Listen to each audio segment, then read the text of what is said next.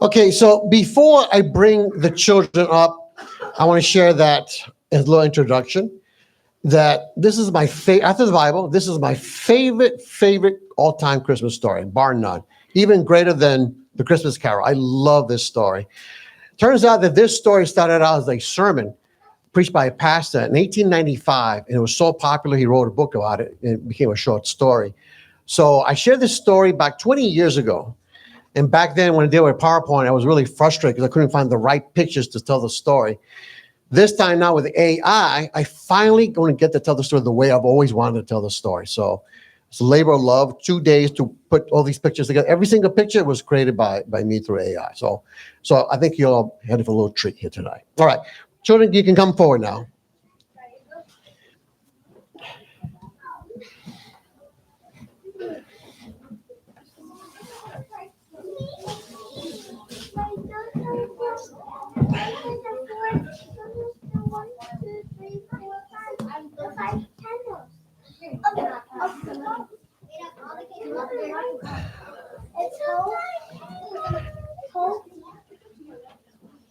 Okay, guys, look. I want you to look at me.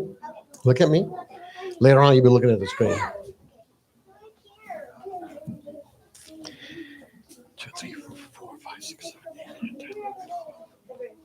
I got you as number 12. All right. I think I have enough. I hope I have enough here. Okay, so boys and girls, all right. So what are you all waiting for? What's coming really, really soon? Christmas. How many all excited about Christmas? Yes, I love Christmas. My favorite time of the year. Because we get to spend time with our family. Yes, and your present. And what? God what? God's birth. That's right. That's right. Very good. That's right. Okay. All right. So, you know what? 2,000 years ago, children, listen, 2,000 years ago, the people, 2,000 years ago, it's when Jesus was born. The people of Israel were expecting and praying and waiting for baby Jesus 2,000 years ago. Okay? So that waiting is called Advent. And that's why we celebrate Advent, right? Because it's that waiting. Yes. And every year we have Advent, okay? So besides the people, who else was waiting for Jesus to come? The three wise men, okay? So today, I'm going to tell you the story. Today, listen. Shh. Listen. Today, I want to tell you the story about the fourth wise man.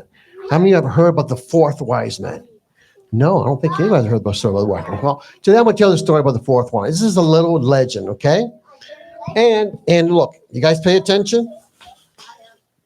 I've got a little treat, okay? But you guys got to pay attention. I'll be asking questions afterwards, right? So I want you to go ahead. You can go ahead and look at the screen as I tell the story, okay? Because I'm going to tell you the story, okay? Okay. So the Bible tells us that three wise men came to Bethlehem and they presented the gifts to baby Jesus, right? Gold, frankincense, and myrrh, okay? Now, there's also a legend of another wise man who also lived at the time of Jesus Christ. Yes, it's a legend. They treat us like a little parable. Okay? Now, his name was Artaban, and Artaban was a holy man. He was a good man. He followed God. He followed the Bible. And he was also known to be kind. Whenever someone was poor, asking him for money, he always gave money to poor people. Everybody loved him because he was so kind and so good. Good. All right. So like the other wise men, Artaban had studied the prophecies about the coming of baby Jesus. And there was one prophecy he knew by heart. And this is from Micah chapter 5, verse 2. The place where Jesus was going to be born. Where was he born? Bethlehem. There was a prophecy in the Bible that talks about that. But you, O Bethlehem, are only a small village in Judah. Yet a ruler of Israel will come from you, one whose origins are from everlasting. So he knew this prophecy, right? And so because of that, he prayed every single day, prayed that God would send the Messiah, that God would send baby Jesus to the Holy Land. And then also throughout his life, like the other wise man, Artaban possessed a great passion for the studies of stars and planets. He loved to study the stars and planets. And he did this every single night. Huh? And then one evening, guess what he saw? A star. A star was becoming very bright, very bright. The star of Bethlehem. And the minute he saw that star, he remembered another prophecy is found in the Bible from Numbers 24. Yes, go ahead. Scepter. Scepter is what the kings have. So they say that that says that from Israel would come the Messiah. Okay. So when he saw that star, he knew it was time for the Messiah to be born. He got really happy. He got really excited. And so he wrote a letter to the other wise man who lived in Persia. He lived in Babylonia. The other guys lived in Persia. And he said, hey, I'm going to the Holy Land. I'm going to Israel to welcome the newborn king. And they wrote him back and said, yes, you know what? We saw the star too. And we're going to Bethlehem. We're going to Israel. And we're going to welcome the newborn king with gifts of gold, frankincense, and myrrh. So they decided to meet in a certain location on a certain date. Okay. And together, all four of them then would then travel to Israel to greet baby Jesus. So the day of his journey finally arrived. He packed all his stuff. He had two camels. One camel would carry the supplies, and the other camel would carry him. And along with all his supplies, he also carried 3 precious gemstones. These were very precious. Yes, one was a ruby. Okay, and so his father gave to him when his father passed away. If he had sold those gemstones, he could have lived in luxury. He could have been rich for the rest of his life. But he chose, you know what? He chose not to sell his gemstones. He said to himself, you know what? The Messiah, Jesus, is far more worthy of these gemstones. So when he comes to the world, I'm going to give it to him. And I'm not going to be rich in my life. I'm going to just give it all to him. Okay. So turns out as the octopus began his journey on the camel, he was very excited, very happy. He was so thrilled, on the camel. But on the third day of his journey, guess what he saw? He saw a man, a beaten man, bloody man lying in the desert road. And he thought, oh no, this man might be dead. So he went to check on the man, and the man was not dead. So he gave him some water, gave him some food, and he bandaged his wounds. And then the old man told them a sad story. He said, you know what? Thank you, sir. Turns out some desert thieves came and they beat me up and they took my camel, they took my stuff, they took my money, and then they stabbed me and they left me to die in the desert. And they left me to die in the desert. So Octagon decided to help the injured man. But turns out the injured man needed to see a doctor. He thought to himself, if I take him to the next village, it's going to take several days. And I might miss my appointment date with the 3 wise men. What do I do? What do I do? Finally, he thought, you know what? I've got to help him out. I just can't leave him. He's going to die. So he put him in the camel that had the supplies, and he got on the other camel, and they rode to the other town. It took, yes, nice people. Yes. So it took several days. He finally got to the other village, and he found an inn, and he paid for the room, and he let him rest there, and he went to go find a doctor. Eventually, he found a doctor, and the doctor then treated his wounds. And after he treated his wounds, the doctor went up to Artaban and said to him, you know what? It's going to take 3 weeks for him to recover. He's going to have to stay in this bed for 3 weeks. You got to do it. It's a long time. So Artaban then went to the innkeeper and said, how much will it be to take care of him for 3 weeks? Food, shelter, everything, 3 weeks. The innkeeper said, oh, that's going to be very, very expensive to take care of him for 3 weeks. How much? He told them a number. And when Octagon heard that, he thought, oh no, I don't got this money. What am I going to do? And so he prayed. Yeah, very good. He prayed, Lord, help me find a way to help my new friend. I really want to help him out. And then finally occurred to him, you know what? I'm going to give him one of my gemstones. The one that was least valuable. I give him, I pay it that way. Give him a gemstone. But at the same time, he felt kind of guilty. He thought, because, this gemstone, it's meant for baby Jesus. And yet I'm giving it to this man. What do I do? No, I got to do it. So he went ahead and he gave the innkeeper the gemstone. But he prayed to God, Lord, please forgive me. Please forgive me because this gemstone was meant for the Messiah.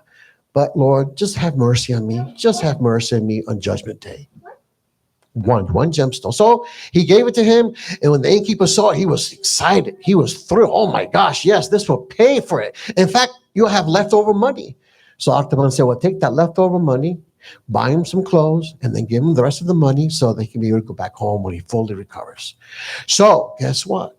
When the stranger learned what Octagon had done for him, he gathered up all his strength and his energy, got up, and he gave him a big hug. And he said to him, oh, sir, thank you. Thank you. You saved my life. Thank you so much.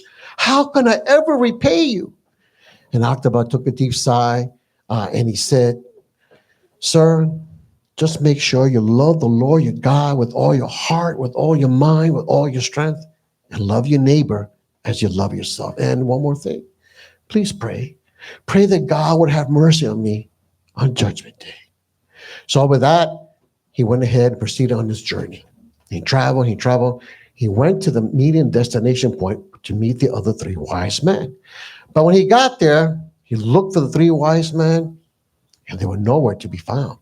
They were already gone. They waited. So he found a messenger. A messenger came up to him and said, hey, are you one of the wise men? He goes, yes, I got a message for you from the other wise men. They came and they waited a whole day. You didn't show up. So they said, they'll meet you in Israel, and together all four of you will present your gifts to the newborn king. So he'll say, okay, thank you. So he got back on the camel and he rode to Bethlehem. Yes, on a camel. Well, on the way there, guess what? Baby Jesus was born. Yes, it was a special evening, a beautiful evening. Angels and shepherds came to adore and worship baby Jesus. It was a special evening because it was the evening when love came down from heaven, because Jesus is love. Yes. Well, a few days later, the three wise men showed up to Bethlehem because they were guided by that star. And they came and they got off their camels and they saw baby Jesus and they worshiped baby Jesus. And they presented the gifts of gold, frankincense, and myrrh. It was several days later before Octagon finally arrived at Bethlehem. As soon as he got there, he began to look for the wise men. Couldn't find them. They already left. So a lady went up to a lady and said, hey, have you seen some wise man from the land of Persia? She says, oh, yes, we saw them. They already arrived. And they brought some gifts to this little baby. But they're not here. They're gone. Are you sure? They're gone? Yes, they're gone. They gave these gifts to this boy. They say that he's a king and the Messiah. I don't know what to think, but they already left. He got very sad. He was, oh no, I wanted to see them.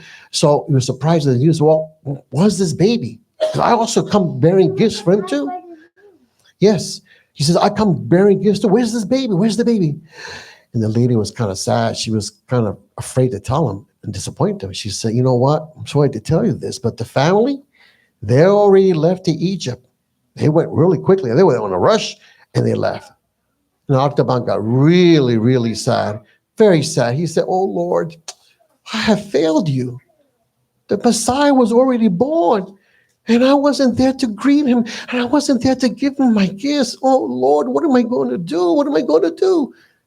And so the lady, when she realized how sad he said, you know what, sir? You know what you can do? You can go to Egypt, and maybe you can find him over in Egypt. But first, why don't you come to my house? I'll feed you something, and then you can take off to Egypt. So Octagon said, okay, I'll go to your house. So he was eating supper with her. He was eating lunch. And I was eating food. Suddenly, he began to hear these cries and screaming and hollering. He got up, wondering what's going on. And he opened the door. He peeked the door. And when he opened the door, he saw Roman soldiers grabbing children, little boys, and killing them. They were killing them. And when he saw that, immediately he shut the door. And he told the lady, shh, don't make a noise. Shh, don't say nothing. The Roman soldiers are killing little baby boys. And so, turns out, it was too late. A Roman soldier, Centurion, a captain, knocked on that door. Let me in. I have orders from King Herod to gather all these boys. But they didn't answer the door. They were afraid to answer the door. He kept knocking. Finally, he said, okay, open that door. I'm going to force my way in. So he forced himself in. And when he saw the baby boy, he grabbed his sword, which was already bloody, and he was about to kill that little boy. And when Artaban saw that, he stopped. He stepped in front of the mother and the soldiers. Wait. Why are you doing this? Why are you trying to kill these baby boys? Why are you trying to kill him? I don't understand. What is you doing? And the soldier got upset. It's because King Herod has ordered that all the boys 2 and under must die. They must all die. But why? Why must they die? Artaban asked. And the soldier said, because you know why? He's concerned about a newborn king. Now step aside, or I will kill you too. And he drew his sword once again to strike Artaban and the boy. And then suddenly Artaban raised his hand and said, wait. I have a gift for you. A gift. If you reconsider, if you spare that child. And the soldier dropped his sword. A gift? What are you talking about? And then Artaban pulled out another gemstone, the second one. He says, I will give you this gemstone if you spare that little boy. And when the soldier saw that gemstone, his eyes got really big and bright and wide. He says, oh, yes, for this gemstone, I will spare that child. I will make it happen. And then he ordered the rest of the soldiers not to harm that little boy. The little boy was spared. And then the mother realized what he had done. She ran up to him. She was crying, oh, sir, thank you. You saved my baby boy. How could I ever repay you? And Artaban took a deep sigh and he said to her, you know, ma'am, just be the best mother that you can be. Love that boy with all your heart, mind, and soul. And when he's older, just teach him to fear the Lord, because the fear of the Lord is the beginning of wisdom. And one last thing. Pray for me. Pray that God would have mercy on me on Judgment Day. And when he found out she was safe and sound, she went ahead and departed and went on to Egypt. So he traveled to the land of Egypt. When he got there, as soon as he got there, he began to search for baby Jesus. And he searched. He went from one village to another village searching for baby Jesus. But he couldn't find baby Jesus. No one knew anything about the promised Messiah. Despite his lack of success, he didn't give up. He had one last gemstone. It was the most valuable of them all. He said, I'm going to make sure that the Messiah gets this last gemstone. But he searched and he searched and he searched. In fact, he spent the next 33 years of his life searching for the Messiah. He didn't find him. He couldn't find him. And after 33 years, he said to himself, you know what? That's it. I give up. I'm old, I'm weak, and I'm tired. I'm never going to find him. I might as well just go back home and die there. He was very sad and very upset. So he decided to go back home. And on his way back home, he stopped at Jerusalem, because it was the Passover. He stopped in Jerusalem, went to the temple. He saw the people in the temple. Everybody was sad. Some people were crying. He was wondering, why is everybody sad? It's Passover. Everybody should be happy. Why is everybody so sad? So he goes up to an old man. He says, sir, could you please tell me, why is everybody so sad today? And the old man replied, sir, are you the only one who doesn't know what's going on in Israel? Don't you know? Don't you realize that the Romans are about to crucify the Messiah? I don't know why they're doing this. And he burst into tears and he walked away. When Artaban heard that, he said, oh my gosh, I can't believe it. They're about to crucify the Messiah? Why? Why do they want to kill him? I don't know. It doesn't make any sense. And then suddenly he had an idea. Oh, yes. I have one last gemstone. I'm going to use that gemstone and I'm going to buy the freedom of the Messiah. I'm going to purchase his redemption. I'm going to save him with my last gemstone. And then on his way to Calvary to see Jesus, he saw this lady, a beautiful lady, and she was being dragged by 2 brutish men. And when the lady noticed that Artaban was looking at her, Somehow she managed to escape from those two men, and she ran out to Artaban, fell on her knees, and said, "Sir, please, please help me, sir. Please help me. These men have taken me because my parents owe them some debt, and they can't pay them back, and so they're going to sell me as a slave to pay back the debt. I don't want to be a slave, sir. I don't want to be a slave. Please, please help me." And Artaban thought about it, and he thought, you know what? I can't let this happen. I've got to help her. He had one last gemstone. And so when the two men finally approached up, he said, "Here, will this gemstone, will this be enough to purchase her freedom?"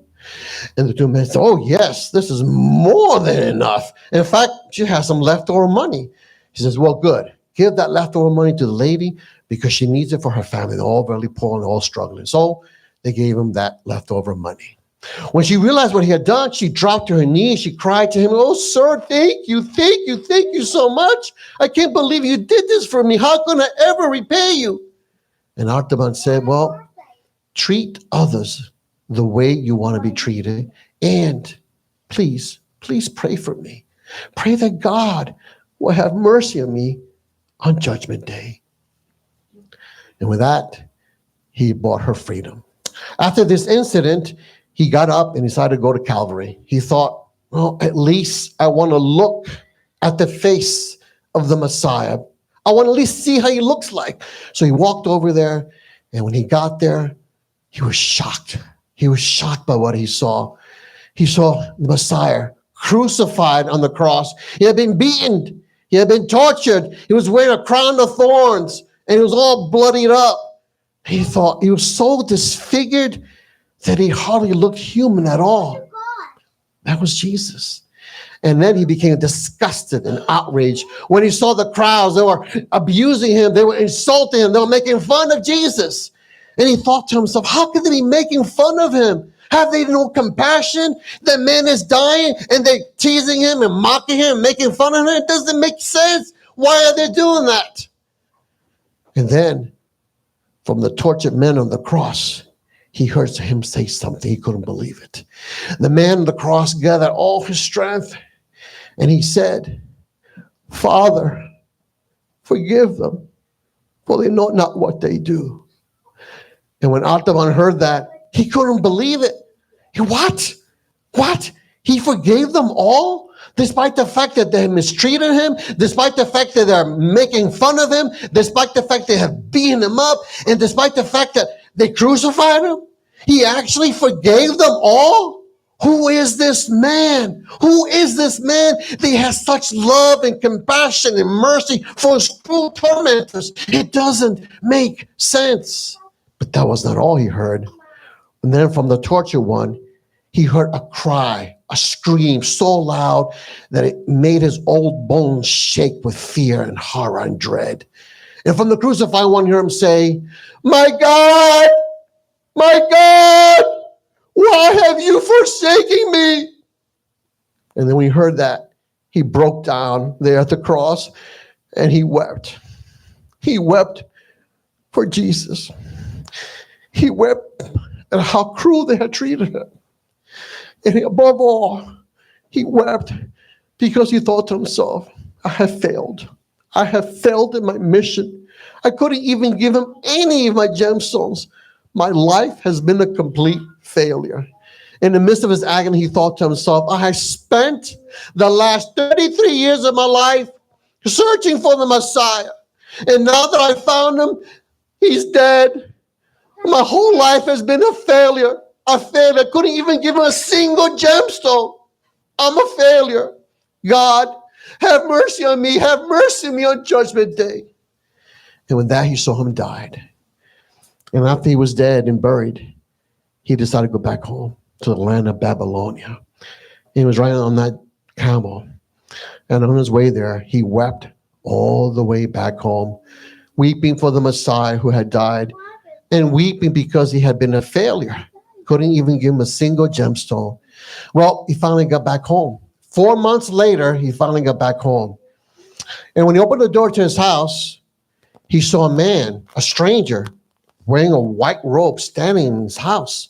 And he said to him, Sir, Who are you? And why are you in my house? And what do you want from me? And the stranger smiled at him and said to him, welcome home. Welcome home, my dear son. I've been expecting you. And Artaban said, wait a minute. Who are you? I don't know who you are. And why are you greeting me like this? I've never met you before. And then the man smiled even bigger. And he said to him, Artaban, don't you recognize me? Don't you recognize me? You fed me when I was hungry. You gave me water when I was thirsty. You clothed me when I was naked. You took care of me when I was sick. You freed me when I almost became a slave. And you saved my life when I was almost murdered. Artaban, don't you recognize me? Don't you recognize me? And Artaban was confused and was like, what are you talking about? I've never met you before. When did I feed you? When did I give you water? When did I clothe you? When did I take care of you when you were sick? When did I feed you when you almost became a slave? And when did I save your life when you were almost murdered? I don't understand. And then suddenly the light, a big light, beautiful light began to emanate from the stranger. And the stranger spoke and said to him, Artaban, I am Jesus Christ, the promised Messiah. I am the Son of the Almighty God. I am the Alpha and the Omega, the King of Kings and Lord of Lords. And let me tell you something, Artaban. Whenever you help the least of my brothers and sisters, you did it for me. I'm the one that you have been searching for 33 years. Thank you. Thank you for your gemstones. And when Artaban realized that, he realized for the first time that indeed all his gemstones had not been wasted. All his gemstones was received by the promised Messiah, but in a way that he had never imagined or dreamed or conceived. And when this truth hit him, he broke down in tears, but they were not sad tears. They were happy tears. Happy tears, because he finally realized that his life had not been in vain. His life had not been wasted. He had not been a failure. And he was crying and weeping. And then Jesus drew close to him, hugged him, and said to him, come, my beloved son, and inherit the kingdom of God, prepared for you ever since the creation of the world. And with that, Artaban died in Jesus' arms very joyfully. And then Jesus suddenly took him to paradise to be with him for all eternity, forever and ever and ever. The end. Like the story? Good other questions? All right. So, what's the name of the main character? The fourth wise man. What was his name? Artaban. Artaban. So, what made Artaban special? He helped God by helping others. He helped God by helping others. What did he have? It was special and priceless. The gem. Yes, the gemstones. How many gemstones? 3. Did Jesus? One is not too many money. One is very lot of money. Okay. Yes. So the first gemstone, who did it go to? I know it's The first gems, first gemstone went to man. To a man in the desert, right? Okay. The second gemstone? I know. Okay.